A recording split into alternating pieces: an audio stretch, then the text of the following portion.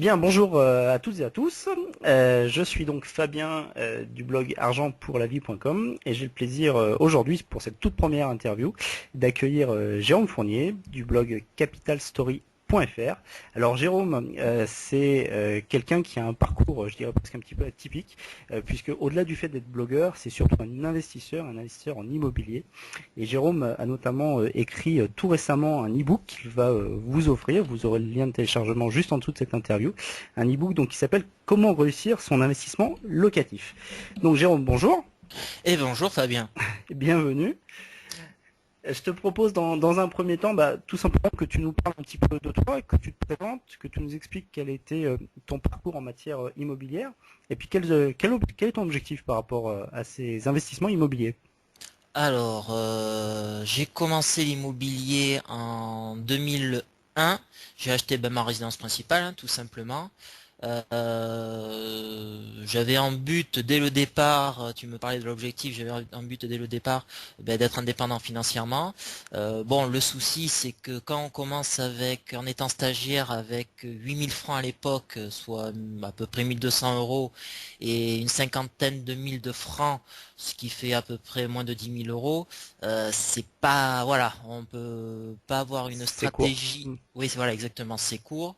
À partir de là, je me suis dit d'axer ma stratégie sur l'immobilier parce que j'avais trois possibilités par rapport à l'indépendance financière que je voulais. Soit l'entrepreneuriat. L'entrepreneuriat, c'est quand même risqué, surtout que j'avais pas beaucoup d'argent, pas beaucoup de connaissances. C'est voilà très quand même dangereux, risqué. Il y avait la bourse. La bourse, là aussi, pas beaucoup de moyens. Et comme je suis quelqu'un qui réagit beaucoup au cycle, Ouais. voilà, je suis quelqu'un à la théorie des cycles. Je me suis dit c'est pas le bon moment d'acheter en 2001. Je pense que j'ai eu raison puisqu'il y a eu un gros crack juste Mm. après. Tout à fait. Et après il restait l'immobilier. Je me suis dit ça peut être une bonne stratégie et je me suis dit je vais me lancer dans l'immobilier. Et à partir de 2004, fin 2004, j'ai acheté ma première Alors, excuse-moi, je te Oui. coupe, c'est juste pour situer un petit peu, parce que une petite précision quand même on n'a pas dit, c'est quel âge tu as aujourd'hui et à quel âge tu as commencé à investir. J'ai commencé à investir, j'avais attends, alors faut que je calcule, En 2001, 26 ans. En 26 ans. 2001, j'ai acheté ma résidence principale et quand j'ai commencé à investir, D'accord. c'était en fin 2004. Donc D'accord. donc tu retranches 8, ça fait 26, j'avais 26 ans. D'accord. D'accord. Et aujourd'hui, tu as Et dès donc, aujourd'hui, j'ai 34 ans. Donc d'accord. Ok. Donc depuis 2004, vraiment, tu es dans une stratégie, si je puis dire, d'investissement immobilier. Exactement, c'est la base de ma stratégie. La base de ma stratégie globale, c'est l'immobilier. L'immobilier, c'est désormais, j'en suis à huit appartements, une résidence principale, 7 appartements en location. Quand même. Euh, ouais, c'est pas mal en sachant que je suis parti, comme je te disais, avec 1200 euros en tant que stagiaire et 1000 et moins de 10 000 euros de capital, de Ouais. liquidité. Voilà, ouais, je pense que c'est pas mal. En sachant aussi que bon, voilà, ça on en reparlera plus en détail tout à l'heure. C'est que bon, j'ai fait certaines opérations achat-revente aussi, dont je fais du locatif. Voilà, j'essaye d'allier le court terme, le long terme, la rentabilité avec l'octroi de plus-value aussi qu'on peut avoir dans l'immobilier, parce que après on en rentre dans une autre stratégie, c'est celle aussi après de rentabiliser ses capitaux et ses liquidités, mais ça on en parlera tout à l'heure. Ouais, tout à fait. Alors, là aussi, encore pour préciser, t'es pas issu, professionnellement parlant, de l'immobilier ou de la finance. Du tout. Je suis un autodidacte. C'est vraiment j'ai un parcours vraiment comme tu disais à la base très atypique. L'immobilier, j'y connaissais rien à la base, donc Mhm. je m'y suis lancé avec réussite, sans fausse modestie. J'ai En changeant de sujet un petit peu, tu vois, je me suis lancé dans le poker n'y connaissant rien. J'ai eu quand même un joli petit parcours aussi. D'accord. Euh, la bourse aussi, je suis bénéficiaire aussi par rapport à ce que je fais. Et ensuite, là, je fais du blogging et donc voilà. Mais bon, voilà, je suis quelqu'un qui essaye de sentir les choses pour savoir quel est le bon moment pour rentrer sur tel marché et qui essaye aussi de s'éduquer financièrement de manière intelligente. D'accord, donc on comprend, bon, t'es vraiment un investisseur dans l'âme et l'immobilier, c'est vraiment ton socle.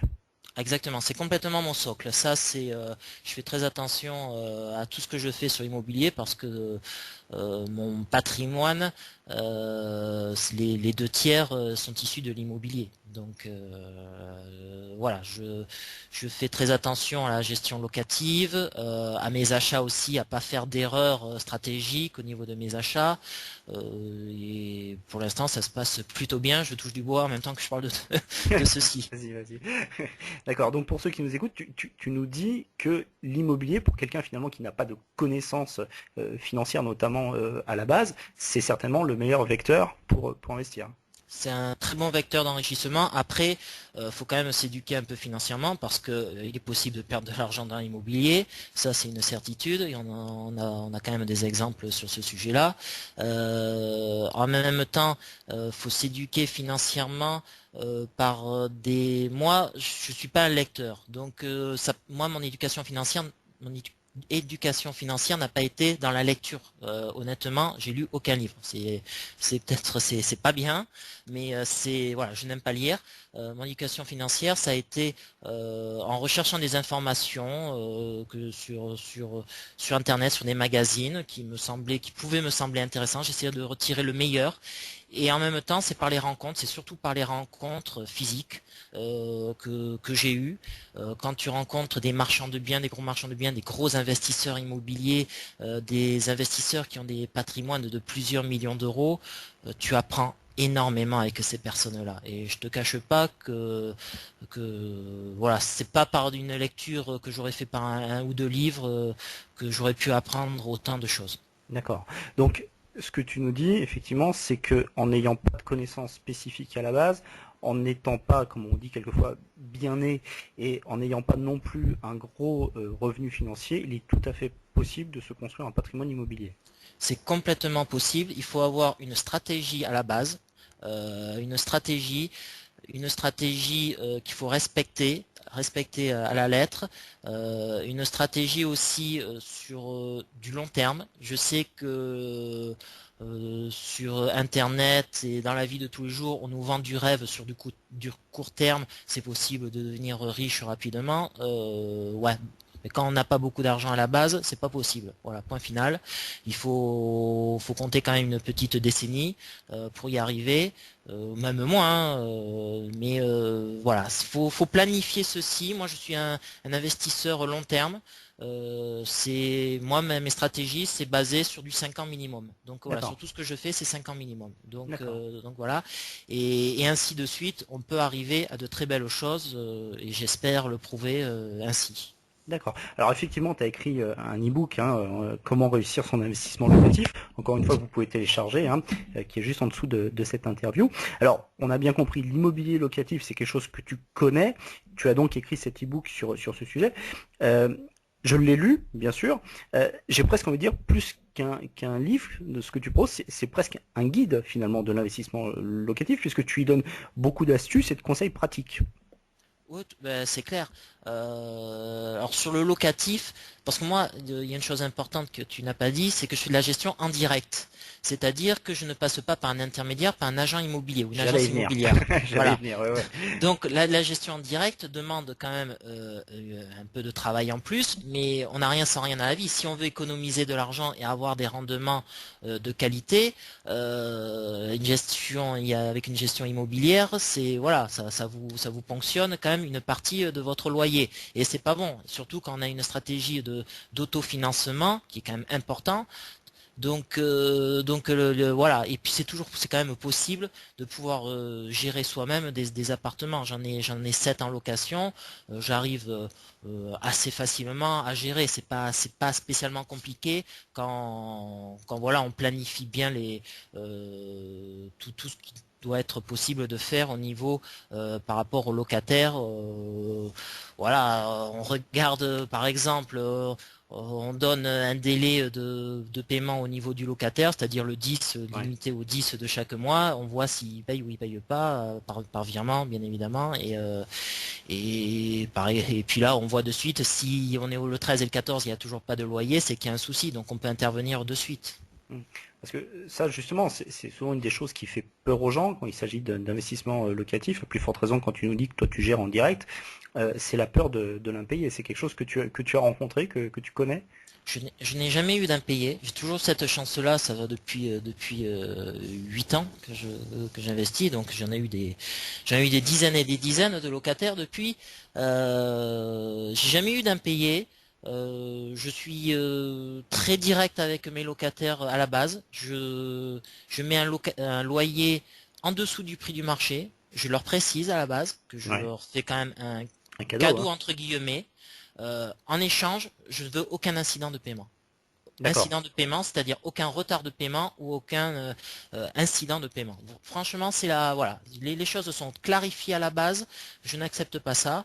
Je suis très ferme par rapport à ça. Mais par contre aussi, j'interviens aussi rapidement. S'ils ont une demande, ils ont un souci ou quoi que ce soit, j'interviens très rapidement. Ils savent que je suis là. Donc, en échange aussi, je suis exigeant avec eux, comme eux, ils peuvent l'être avec moi, tout simplement. D'ailleurs, c'est un point qui m'a interpellé positivement dans ton livre, c'est que justement tu nous parles de rapport humain, de gestion humaine, et ça c'est quelque chose d'assez rare finalement de la part d'un investisseur qui est toujours assez axé sur les chiffres. Tu mets quand même, enfin tu mets clairement l'humain au cœur de ta stratégie. Exactement. Non mais c'est clair, hein. C'est ça qui m'a permis euh, de dégonfler des situations qui pouvaient être critiques à certains moments donnés. Quand vous avez quand on a un T3, enfin j'ai un T3 et vous avez le couple avec l'enfant, la mère ne travaillait pas parce que elle attendait un enfant et en même temps son conjoint tombe au chômage. Ça Mm. peut être très très très dangereux pour un propriétaire parce que là il n'y a plus de ressources financières, plus de Bien ressources sûr. financières dit plus de loyer. Voilà, il faut trouver un compromis. Comme je suis assez magnanime avec les gens le courant passe très bien, ils arrivent à comprendre que bon voilà c'est pas dans mon intérêt aussi de plus recevoir de loyer et puis eux-mêmes, tu vois, ce couple avec enfants sont partis d'eux-mêmes et j'ai pu ne pas perdre d'argent du tout. Mais ça peut arriver, ces risques-là peuvent arriver. Après, bien évidemment, moi je fais de la gestion directe. On peut faire aussi de la gestion avec soit une agence immobilière ou soit sans agence immobilière, parce qu'on n'est pas obligé de prendre une agence immobilière, prendre Ouais. une assurance loyer impayé sans agence immobilière, on n'est pas obligé. Donc voilà. D'accord. Donc c'est une possibilité, surtout que l'assurance loyer impayé, on peut la défalquer des impôts si on est dans le réel, en régime Mm. Donc, Mm. euh, donc Tout à fait. voilà.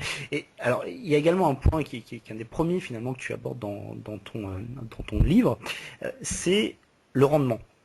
C'est le premier sujet que tu abordes effectivement, et je crois donc comprendre qu'il faut d'abord déterminer le rendement recherché avant de rechercher le bien, et non pas faire l'inverse. Ah mais c'est la base, hein. Un investisseur, il cherche quoi? Il cherche à gagner de l'argent. Ça, c'est la base.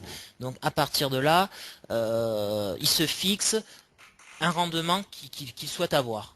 Bon, Mhm, ça dépend des villes, bien évidemment. Si j'étais à Paris, j'aurais une exigence quand même inférieure à mes rendements que j'ai à Bordeaux. Mais Bordeaux, c'est quand même une grande ville. ouais, À Bordeaux, je peux pas avoir du 15% là où je veux. Je peux avoir du 15% à certains endroits, ouais, pas aux endroits que je veux. Moi, ce que je veux, c'est du rendement à 7,5 minimum. Je vise à peu près chaque fois 2 fois le taux d'intérêt que les banques demandent. C'est à peu près mon calcul que je fais. Donc si le taux est à 3,75 ou 4% sur 20 ans, moi je demande à peu près, mon calcul c'est à peu près par 2, donc ça fait du 7,5 ou 8% minimum que je recherche. Et je recherche pas n'importe où, bien évidemment, comme je disais, je recherche à des quartiers stratégiques de la ville, et surtout moi, c'est le centre-ville de Bordeaux, là, parce que j'y suis, sinon c'est d'une grande ville. Je crois une de tes particularités, si je puis dire, mais c'est justement dans ta stratégie d'investisseur, et contrairement à tout ce qu'on a pu voir, notamment sur les lois défiscalisantes, où les gens, bien qu'ayant acheté un bien, bien qu'ayant loué ce bien, devaient souvent, même si le bien est loué, hein, remettre mensuellement un petit peu d'argent. Toi, ta stratégie, c'est bien que tous tes biens s'autofinancent. Exactement, c'est ça aussi. Euh, Comment se développer? Alors si on fait un seul achat, un seul achat, on se dit bah, j'achète un studio, c'est pour ma retraite, et puis c'est tout. Oui, alors dans ces cas-là, effectivement, on peut avoir le crédit qui est supérieur au loyer. Voilà, si on a cette optique-là, il n'y a pas de souci. Par contre, si on est dans une optique de développement, une stratégie d'enrichissement, c'est pas possible de pouvoir s'enrichir si chaque fois le remboursement du crédit est supérieur au loyer. Ce n'est pas possible.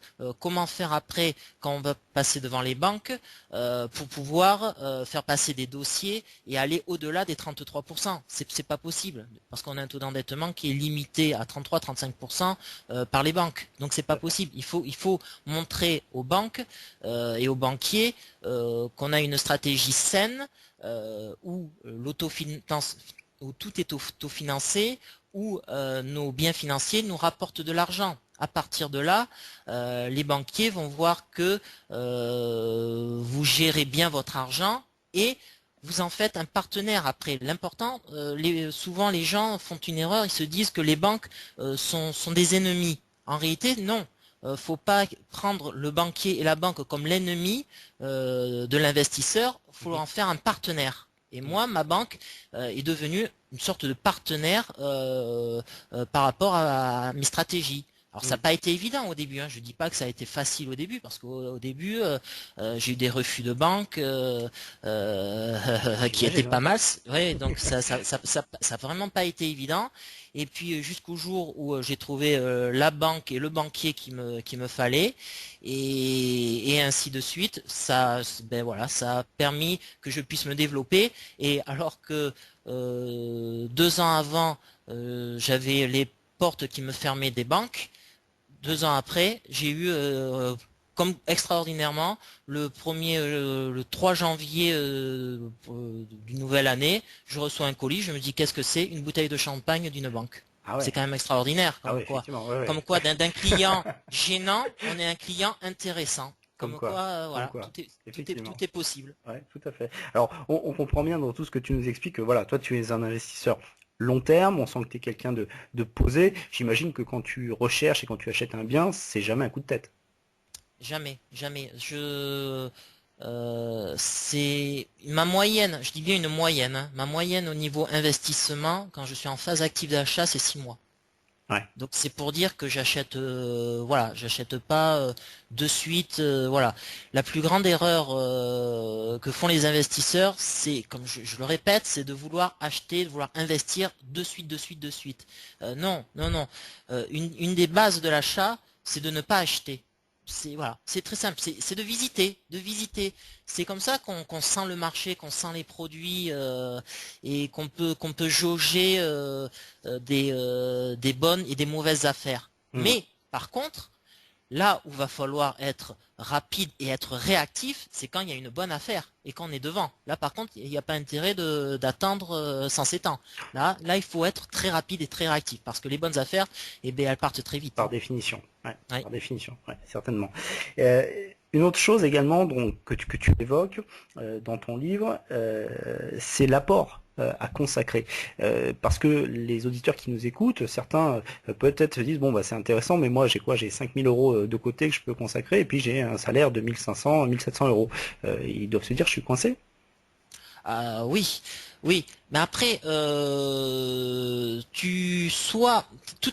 est possible avec une banque et un banquier. Tout est possible. C'est possible de faire un financement à 110%.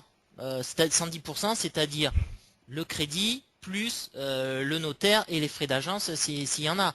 Donc ça c'est possible au niveau d'une banque, surtout lors du premier achat. Ça sera pas trop compliqué. C'est ensuite si on veut un deuxième achat, là par contre c'est compliqué. C'est pour ça que le premier achat doit être important et doit permettre de rapporter de l'argent. parce que sur ma stratégie de long terme, j'ai une stratégie de rentabilité à chercher des biens, des produits immobiliers qui me fournissent des rendements minimum à 7,5-8%, mais en même temps, je cherche aussi des biens qui vont me permettre aussi de générer de la plus-value. C'est très important ça aussi. Moi, j'aurais pas pu atteindre un taux d'endettement de 74% si j'avais 0 € en compte en banque. Faut être honnête. 74% d'endettement. Voilà. Comme quoi, Voilà. la règle des 33%, on peut la dépasser si c'est justifié. Exactement, c'est pas une loi, tout est négociable, c'est quelque chose de très important, tout est négociable. Mais je l'ai su très bien, si on arrive devant le banquier, on est sur un projet, et le taux d'endettement est à 40%, mais on a 0 € en compte en banque, le banquier va vous dire non. C'est malheureux et c'est comme ça. Il faut avoir généré un peu de cash flow, de liquidité à côté. Mais ça, je t'en parle en stratégie d'enrichissement. C'est-à-dire, c'est dans un cycle quand même, au bout du troisième, quatrième achat. Au niveau du premier achat, c'est pas un frein au niveau de l'achat. Quand on est primo-accédant, on peut ne pas avoir d'argent à côté. L'achat est complètement possible. On peut atteindre les 35-40% d'un premier achat. Ça, c'est pas un souci. Il y a un autre point que tu abordes en détail également, qui m'a beaucoup intéressé. Et je ne sais pas si les gens qui réalisent un premier achat justement prennent bien tout ça en compte dès le départ. C'est tout l'aspect fiscalité que tu détailles. C'est important ça aussi, la fiscalité, tout ce qui peut jouer en la faveur de l'investisseur en matière fiscale. Ah mais c'est très très très important. La plupart des gros investisseurs que j'ai rencontrés ou des marchands de biens, qu'est-ce qu'ils font? Ils achètent un bien à rénover. Pourquoi? Pour trois raisons. Trois raisons. La première, le bien, il est négociable au niveau du prix. Ils négocient toujours le prix. Donc, ils achètent un bien en dessous du prix du marché avec un prix négocié. Ça, c'est la première chose. La deuxième chose, puisqu'il y a des travaux, ils vont pouvoir le revaloriser, ce bien. Le revaloriser. Ensuite, soit ils vont le louer, le bien, donc avec un rendement supérieur, soit ils vont le revendre. Donc, ils vont gagner de l'argent grâce à la plus-value qui va être générée grâce à ce bien-là. Et troisième élément, on en arrive à la fiscalité. Qu'est-ce qu'ils font, ces gros investisseurs? Ils font de la défiscalisation grâce à la rénovation de ce bien. Cette défiscalisation, c'est du déficit foncier. Ils sont là en régime réel, la plupart, en régime réel, c'est-à-dire qu'ils peuvent défiscaliser tous les travaux qu'il y a eu en amont. C'est-à-dire que au final, ils vont gagner de l'argent et en même temps, ils vont en économiser et pas payer d'impôts. Enfin, pas payer d'impôts, je schématise, mais payer peu d'impôts sur cette opération. C'est quand même merveilleux de gagner de l'argent et en même temps de ne pas payer d'impôts. C'est une stratégie de base. C'est une voilà. En France, il y a quand même des niches fiscales qui ont été créées pour les investisseurs, pour ceux qui ont de l'argent. C'est comme ça. Hein, donc ils s'en sortent comme ça, hein, les personnes qui ont de l'argent. Et au lieu de faire est-ce qu'on a déjà vu je te pose une question très simple. Est-ce qu'on a vu des personnes qui sont riches, qui ont beaucoup d'argent, faire du cellier, par exemple? Non. Du Robien? Non, ils font pas ça. C'est pas leur truc. Malheureusement, ce sont des investisseurs peu aguerris qui se sont lancés dans ça. Et bon, une majorité n'ont pas fait de bonnes affaires avec ceci. Les gros investisseurs, eux, ils ont fait la stratégie du régime réel, de la défiscalisation personnelle immobilière par des travaux. Tout à fait. C'est l'une des meilleures stratégies. Et on rappelle bien que jouer avec la fiscalité, hein, comme on dit souvent, c'est en aucun cas tricher. Hein, c'est des choses qui sont prévues tout à fait légalement et on fait que tu fais qu'appliquer ce qui existe finalement. Exactement. Moi, je l'ai fait pour mon deuxième achat. J'ai acheté un bien, j'ai fait 20 000 € de travaux, enfin quasiment 20 000 € de travaux. J'ai fait du déficit foncier, j'étais en régime réel, j'ai fait ma déclaration 2044, résultat des courses. je n'ai pas payé d'impôt sur le revenu, je n'ai pas payé de taxes foncières, je n'ai pas payé de CSG, c'est quand même pas mal ça. Bien sûr. Oui, c'est Voilà. considérable. C'est considérable. C'est considérable et surtout un produit immobilier qui va me rapporter de l'argent à terme en plus. Mm. Voilà. Voilà ce que c'est que jouer entre guillemets avec les impôts. Alors tout ça, hein, effectivement, tu le détailles, tu l'expliques hein, sur la partie fiscale de ton livre. Un autre chapitre qu'on laissera découvrir effectivement à nos auditeurs, sur lequel on se pose souvent des questions, c'est qu'est-ce qui est à charge du locataire, qu'est-ce qui est à charge du propriétaire. Voilà, exactement. Mais Hein. j'ai fait un gros dossier sur ça, donc là ils vont pouvoir, les investisseurs, ou les primo-accédants par rapport à ce sujet-là, ils vont pouvoir voir tout ce qui est possible. Mais bon, faut faire attention quand même aussi, parce que comme tu disais tout à l'heure, il y a aussi l'aspect humain. On va pas, il y a des charges récupérables auprès du locataire. On va pas récupérer toutes les charges aussi, sinon le locataire, bon, il va avoir l'œil rouge à terme. Ça va pas être très bon. Donc voilà. Moi j'ai eu personnellement, tu vois, j'avais fait la première année l'erreur, tu vois, de vouloir récupérer les ordures ménagères, tu vois, en charge récupérable, tout ça aux locataires. Ça, tu vois, ça a créé une tension entre le locataire et moi. Et j'ai Effectivement. compris que fallait faire attention, fallait être soit franc dès le départ ou ne pas le faire du tout. Voilà. Ouais, tout à fait, tout à fait. Alors également, bon, tu nous donnes hein, des indications sur les pièges à éviter, à l'inverse sur des astuces à suivre. Enfin, vraiment, je vous conseille de télécharger cet e-book. Vous verrez, c'est plein de bons conseils, même si vous n'avez pas de stratégie d'investissement locatif à court terme. J'ai presque envie de dire en matière de culture financière, c'est une très bonne chose dans tous les cas de le lire. On arrive à la fin de notre entretien. J'aurai encore deux questions à te poser. Justement, au regard de ton parcours, est-ce que tu penses que pour quelqu'un qui voudrait se lancer aujourd'hui, au regard du marché immobilier, au regard du prix du marché immobilier au jour d'aujourd'hui, est-ce que c'est encore possible de suivre le même parcours que ce que tu as fait? Alors, c'est moins facile. C'est complètement possible, c'est moins facile. Pourquoi c'est moins facile? Parce que les prix d'immobilier ont augmenté. Donc Eh il y oui. avait une richesse facile, on va dire ça comme ça, à effectuer quand on achetait en 2000-2001. Moi je m'adapte par rapport au cycle, donc ça c'est une certitude. Maintenant, c'est complètement réalisable dans le sens où il y a toujours des affaires à faire dans l'immobilier, mais l'important c'est de savoir trouver la bonne affaire. C'est la base. En immobilier, l'immobilier c'est beaucoup de réseaux qui se passent. Mhm. Quand quelqu'un qui débute, il a quasiment aucune chance. Pourquoi? Parce que ce sont des partenariats, ce sont des réseaux qui se passent entre l'agent l'agent immobilier, le notaire, le marchand de biens, les gros investisseurs immobiliers, ce sont des réseaux qui se partagent la plupart des meilleures affaires. Donc ce sont des réseaux. Quand on arrive sur ce marché-là, c'est pas évident parce que c'est un marché de réseau. Il faut donc du temps, être malin, être réactif. Pour trouver des bonnes affaires. C'est complètement possible. C'est complètement possible.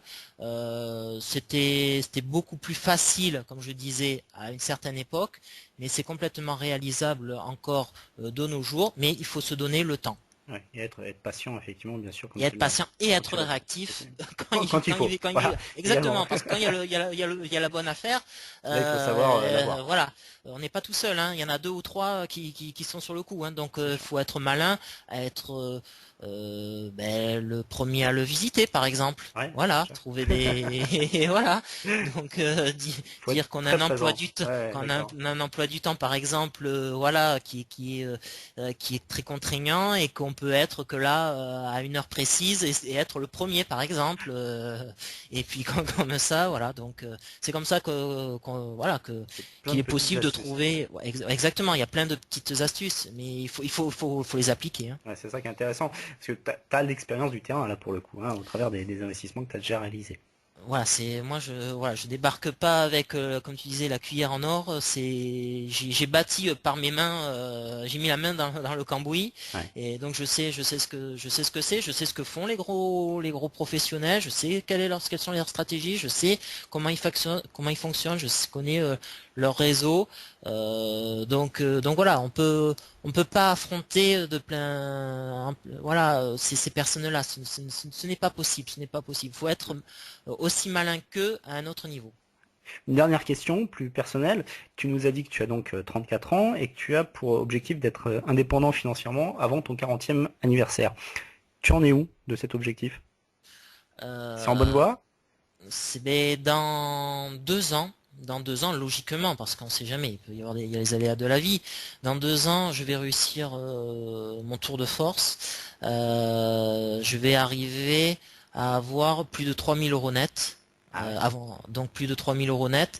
Je vais arriver à avoir un patrimoine tout court de plus d'1 million d'euros. Mhm. Enfin, je l'ai déjà. Ce qui fait que c'est pas mal du tout. Surtout que je suis quelqu'un qui diversifie. C'est une autre stratégie qu'on n'a pas parlé. Qui diversifie beaucoup. C'est-à-dire que moi, je me concentre pas uniquement sur l'immobilier désormais. J'essaye de trouver d'autres manières de rentabiliser mon argent. Bien évidemment, j'ai des studios qui sont des rendements à 7,5-8% de rendement. C'est pas mal. Enfin, c'est très bien par Ouais. rapport à 2,25 du livret A ou 4% ou même moins 3,7 maintenant sur des assurances vie. Voilà, c'est quand même le double, donc c'est quand même très très bien. Mais à côté, j'essaye aussi de rentabiliser, alors de rentabiliser par des actions. Les actions, ben, c'est par des valeurs de rendement que j'aurai soigneusement sélectionnées. Bon, là, je suis toujours en attente d'attendre la bonne porte d'entrée. Comme je le répète, je réagis beaucoup au cycle. Je Mhm. crois beaucoup en la théorie de la cyclicité. Je crois qu'à un moment donné, ça va être un très bon moment d'investir en bourse, et ce qui ne sera plus le cas dans quelques années. Donc voilà. Ensuite, au niveau diversification, j'ai un blog désormais Mhm. parce que je prends du plaisir à écrire des articles, à faire partager mon expérience, mais en même temps, je suis un investisseur, et un investisseur aussi, eh ben, c'est pour gagner de l'argent.